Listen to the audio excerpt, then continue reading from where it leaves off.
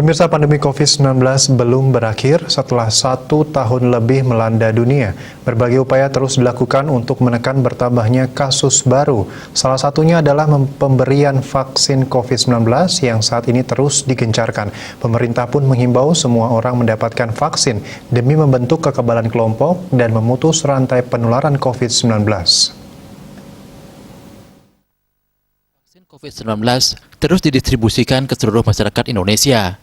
Pemberian vaksin ini merupakan solusi yang dianggap paling tepat untuk mengurangi jumlah kasus COVID-19 dan membentuk kekebalan kelompok atau herd immunity untuk memutus penularan COVID-19. Memang masih ada pro dan kontra mengenai vaksin COVID-19 ini, tetapi pemberian vaksin ini sangatlah penting, bukan hanya untuk melindungi masyarakat dari COVID-19, tetapi juga sebagai salah satu upaya memulihkan kondisi sosial dan ekonomi negara yang terkena dampak pandemi.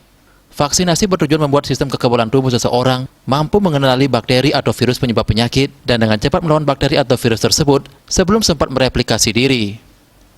Tujuan yang ingin dicapai dengan pemberian vaksin COVID-19 adalah menurunnya angka kesakitan dan angka kematian akibat virus ini. Akademisi Gede Putu Widarto Krisnu mengatakan, vaksinasi ini sangatlah penting untuk memutus rantai penyebaran COVID-19 ini. Pihaknya selalu memfasilitasi segenap jajaran di kampusnya untuk melaksanakan vaksinasi yang disertai penerapan prokes secara ketat. Vaksinasi itu sangat penting ya untuk menjaga kesehatan semua ini. Mahasiswa, dosen-dosen, semua kita anjurkan untuk vaksin. Jadi dari pihak kampus kita memfasilitasi untuk vaksin. Kita nyari suatu tempat atau ini untuk melakukan vaksin bersama.